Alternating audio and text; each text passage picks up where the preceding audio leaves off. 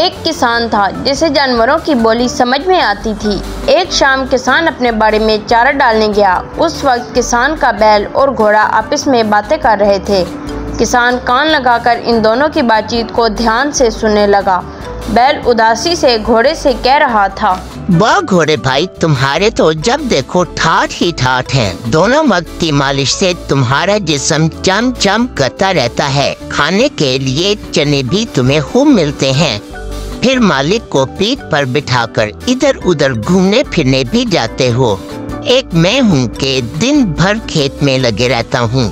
जरा भी सस्ताया नहीं कि मालिक के कोड़े पीठ पर दनादन बरसने लगते हैं और शाम को वापस आओ तो ये रूखा सूखा चारा खाने को मिलता है। घोड़े ने इतराते हुए बैल से कहा, हाँ बैल भाई, उदास क्यों होते हो? मैं जैसा कहूँ तुम वैसा ही करो तो तुम भी मेरी तरह शानो शौकत से रह सकते हो। जल्दी जल्दी बताओ घोड़े भाई कि मुझे शानो शौकत से जीने के लिए क्या करना चाहिए। आसान काम है। कल जब मालिक के नौकर तुम्हें लेने के लिए आए तो इन्हें खुद को छूने न देना। इन्हें सींग दिखाना, एकदम अजीबोगरीब हरकतें करना, जमीन पर लेट जाना, कुछ मत खाना और मुंह से सफ़ेद झाग निकालने लगना।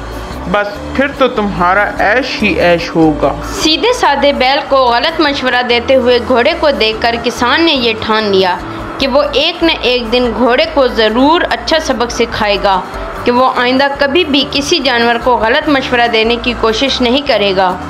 दूसरे दिन जब किसान के नौकर बैल को लेने गए तो बैल ने घोड़े के दिए हुए मशवरे पर अमल करते हुए ऐसी ऊधम मचाई कि नौकरों को छक्के छूट गए और वो डर कर भागे भागे किसान के पास पहुंचे और सारा माजरा कह सुनाया। किसान ने बैल की हालत जांचने का नाटक करते हुए कहा, लगता है बेचारा बैल बहुत ज़्यादा मेहनत और मुशक्क़त करने से बीमार पड़ गया है, इसीलिए आज से ये आराम करेगा और बैल की जगह आज से घोड़े को मिल में जूता जाएगा और जब तक बैल अच्छा नहीं हो जाता खेत में घोड़ा ही काम करेगा। अब तो घोड़े की शामत आ गई। दिन भर खेत में कोड़े खा खा कर घोड़े की सारी शान शौकत निकल गई। वो मन ही मन में पछताने लगा कि उसने बैल को गलत मशवरा देकर अच्छा नहीं किया। एक हफ्ते बाद किसान ने जानबूझकर घोड़े और बैल के लिए एक ही जगह पर घास डाली ताकि वो जान सके कि दोनों के दरमियान क्या बात होती है। घोड़े को देखकर बैल चहकते हुए बोला, वाह दोस्त, क्या मशवरा दिया तुमने। मैं तो किस्मत से राजा हो गया। अब तो कुछ काम नहीं करना पड़ता और वक्त वक्त पर हरा हरा ताज़ा चारा खाने को मिलता है। ये सुनकर घोड़ा भांप गया कि बैल की नीयत अब काम पर जाने की नहीं है। घोड़े ने दिल में सोचा, अगर बैल अपने काम पर नहीं जाएगा तो इसी तरह कुछ दिन और खेत पर काम करते करते वो तो पुरलोक सुधर जाएगा। उसने कुछ सोचते हुए बैल से कहा, दोस्त, बड़े दुख के साथ तुम्हें कहना पड़ रहा है कि मालिक ने तुम्हें एक कसाई को बेच दिया है, क्योंकि मालिक की नज़र में अब तुम किसी भी काम के नहीं रहे। ये देखभाल और 2 वक्त का हरा हरा चारा इसीलिए दिया जा रहा है कि तुम सेहतमंद हो जाओ और किसाई से इस हिसाब से अच्छी रकम वसूल की जा सके। ये बात सुनते ही बैल सूखे पत्ते की तरह थर थर कांपने लगा और घबराते हुए इसने घोड़े से कहा,